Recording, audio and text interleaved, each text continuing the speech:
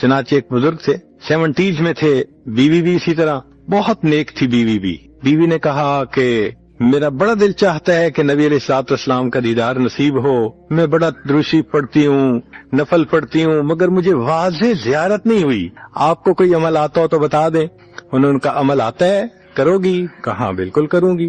کہنے لگے اچھا جمعہ کا دن آ رہا ہے، خوب نہا دھو کے وہ جو دلہن والے کپڑے تھے نا تمہارے کناری والے گوٹے، وہ پہننا اور میک اپ کرنا، خوشبو لگانا، اور میں بس جمعہ پڑھ کے آؤں گا تو پھر ٹھیک. اس نے کہا بہت اچھا. وہ اللہ کی بندی نہائی دھوئی دلہن کی طرح خوب تیار ہوئی، کپڑے دلہن والے پہنے.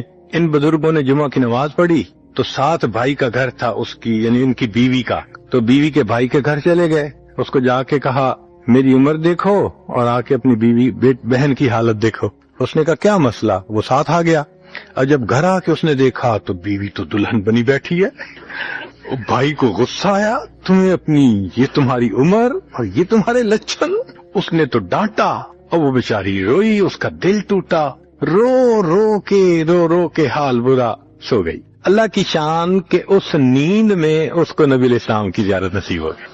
اب وہ اٹھی تو وہ خوش بھی ہے اور پریشان بھی ہے. خوش اس بات پہ کہ زیارت ہو گئی، اور پریشان اس بات پہ کہ میاں نے کیا کیا، خود کہا دلہن بنو اور خود بھائی سے مجھے ڈانٹ پڑوا دی. تو پھر اس نے پوچھا کہ آپ نے ایسا کیوں کیا؟ انہوں نے کہا دیکھو میں تمہاری زندگی کو قریب سے جانتا ہوں، میں نے تمہیں اتنا پیار محبت سے رکھا ہے کہ تمہیں زندگی کے کوئی تکلیف نہیں پہنچنے دی. میں نے تم نے عبادت کی انتہا کی ہے، مگر کچھ نعمتیں ہوتی ہیں جو دل ٹوٹنے پہ ملتی ہیں، تو تمہارا تو کبھی دل ٹوٹا نہیں.